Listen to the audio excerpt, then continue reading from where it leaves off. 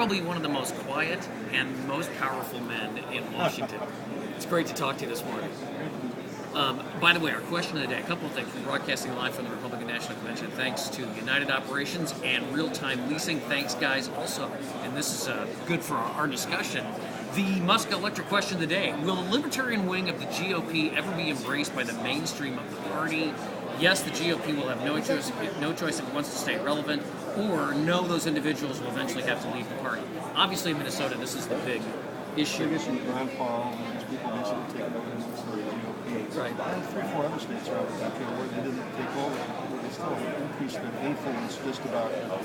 I think that they have moved the party a lot on economic issues. I mean, I think this party is a much more seriously limited government, constitutional government party than we've ever been. We always were sort of to the right of Democrats, obviously, but there was more of a bipartisan consensus about government. Today, the Republicans, I think, because of are questioning government, the size of government that we've got.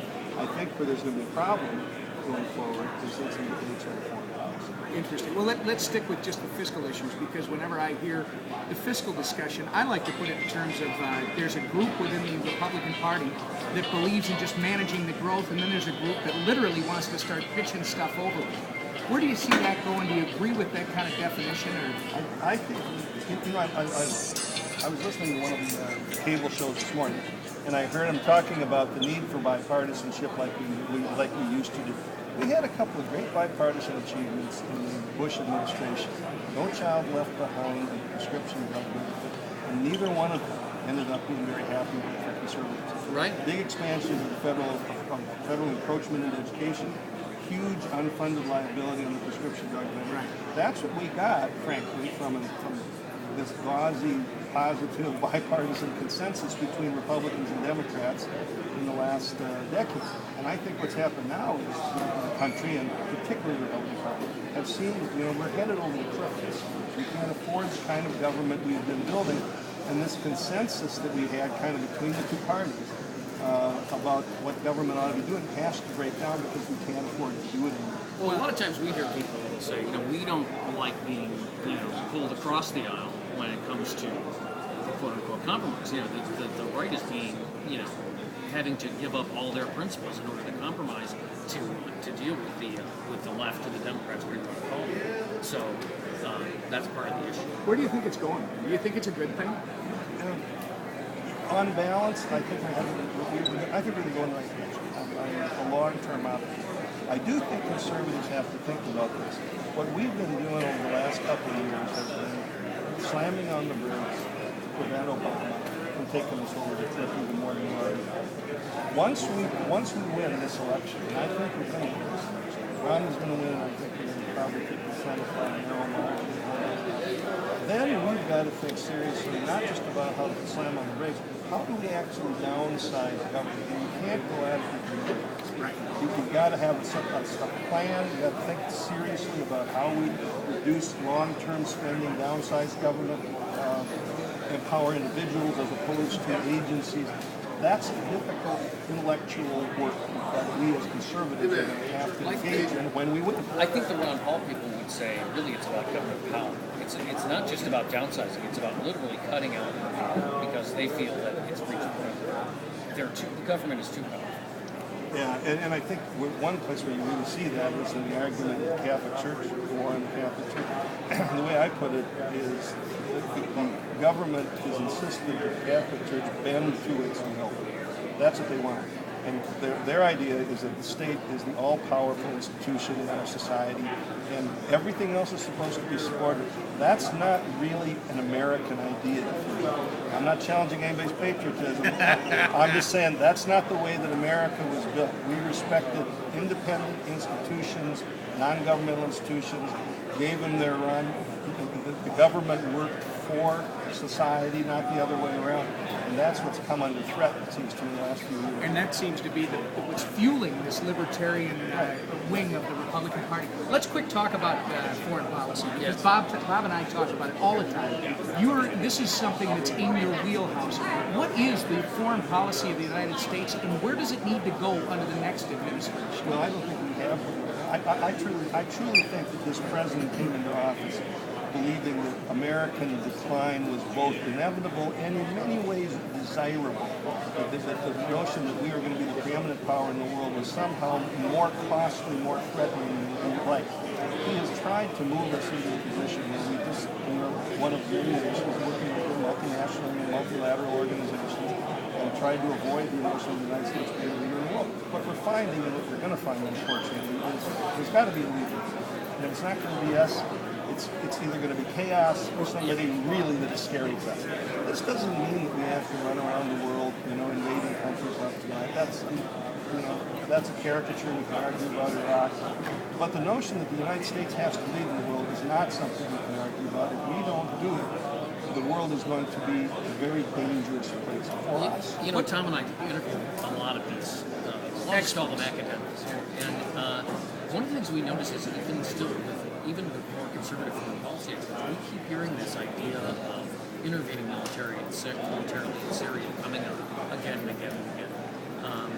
And I don't know where it seems to be coming from. That this is, I can't seem to figure out, and I'm obviously not the smartest guy in the world on the radio, but I can't seem to figure out when I read everything. We haven't even identified who. It's almost the same situation as Egypt, let's say, where it's going to end up probably the Muslim Brotherhood. You've got Al-Qaeda operating in Syria already, and I don't understand why these academics keep talking about the U.S. intervening in Syria as though this is a good thing. One of them even said to us, it's no big deal. We'll shoot down a couple of their planes. John Wallstetter told us one day, we'll just bomb a couple of their runways and shoot down a couple of their planes. I think we're going to go through a period of some chaos and consternation. It's because you're right, not just in Syria or Egypt. The Muslim Brotherhood is really the only force that's capable of taking the place of the autocracies and dictatorships in the very short run. The question we have to ask ourselves in Egypt, ultimately in Syria, Libya, places like that, is not are the Islamists going to surge at the beginning, because they will. The only place that there's been a counter to the power of the dictatorships has been in the mosques. That's empowered a lot of radical Muslims throughout the Middle East. The question is, are they going to adhere to any kind of constitutional government, or are they going to go the route of Iran and establish Islamic dictatorships? If they don't separate, we don't know that yet. If they don't separate religion and law, how can they establish a constitutional republic? Well, I think that's essentially the question, but I think it's an open question, and I think I'm not pessimistic about this. At the end of the day, the people in the Middle East are like the people in the rest of the world. If the government doesn't deliver for them in very basic terms, they're going to turn. And I think that they've learned now that they don't have to live with an autocratic, dictatorial government. And the Muslim Brotherhood or anyone else that gets in the power is going to have to live with that reality too. If they don't deliver for their people, the people have learned that they can turn the government out. Boy, but it just seems, Vin, that they look at their population as fungible. And they look, I'm serious, I mean that may be a very disrespectful statement. They don't care. Yeah, but here's what happens with Israel? Because you've got some, it's really starting to ratchet up. What happens in the next 60 to 90 days is we're approaching November in Israel. It's never been more important that we stand side by side. The Iranian threat, of course, everybody knows about. We've also got this surge of refugees from Sinai because Egypt is no longer policing the Sinai, creating great instability. You got the Kurds. The Kurds, and then the instability in Syria. And poor little Israel, which is a population just a little bit more than the state of Minnesota, it has to hold off all of these enemies, and meanwhile wondering if the American administration is supportive of them. They shouldn't have to wonder. So tell us, a little party issue trying to close ranks. We just had Congresswoman Marsha Blackburn on, and she talked a little bit about the Todd Aiken situation. Give us, you sit at a 30,000-foot level, and maybe I'm giving you more credit than you want, but you watch these all across the country. Right. What do you think about Republicans, first, calling them out? I don't know that there should be a problem with that. But second, just continuing. Well, yeah, and it's the Senate and it's the House. So Aiken obviously is a Senate issue. I know that, I didn't support anybody. Right. I know that everybody in the Republican leadership was concerned that Todd Aiken was going to win the primary. And when he made this mistake, a serious mistake, he said... Without a doubt. There's no question. No question about it. But they all jumped a little too fast and a little too hard. I think that I hope that he will pull out of the race because he can't. it'll cost us the Senate. When's his next opportunity? But well, he's got till about the 25th of September. But the party is going to have to assume some costs then, as I understand it, under Missouri law. I don't know how substantial those costs are. But I think it could have been handled better, a little more quietly. Yeah, call him up and say, you made a serious mistake, a really serious mistake. And you can't win. You're going to cost us the Senate. Worst case scenario, you might cost us Romney in the state of Missouri. But it seems to me like they set him back on his heels publicly and he kind of dug in, and now he's gotten in a very defensive posture. He's got a lot of the grassroots conservatives rallying to support him against the evil Washington Republicans. That's not the dynamic that we wanted if we wanted to move the Republican. No, and that's why I asked. And Marcia didn't seem to have a problem with continuing to kick what I believe is a dead horse. I think you got to move on eventually, and you got to figure out how you deal within your own. You don't think you can? I don't think you can. Because what he said is so hard to interpret other than in a very, very negative way. I have another one to ask you real quick, as long as we got you, and I know you're pressed for time. Virgil Goode in Virginia. If he gets in and runs as the Constitutional Party candidate, I mean, this is a state that Mitt Romney needs from an electoral perspective. What happens? Hard for us to believe. I would hope that wouldn't happen. I know Virgil a little bit, not really well. He's a good man. But that's not a helpful development for us. Virginia has become what Missouri used to be, the ultimate swing state in the country. And we've got a particular problem because although President Obama is hugely unpopular across most of the country, there's one place where he's done pretty well. He's done pretty well by the federal government. And That's right. Northern Virginia. Northern Virginia is the federal government. So they think this is a pretty good deal that they've had going with expansion of government and more spending. Last time I was in Washington, the streets were paved. It was amazing. Well, and here's why I'm asking, and it's because you served, I believe, with Virgil. He was before you, after you.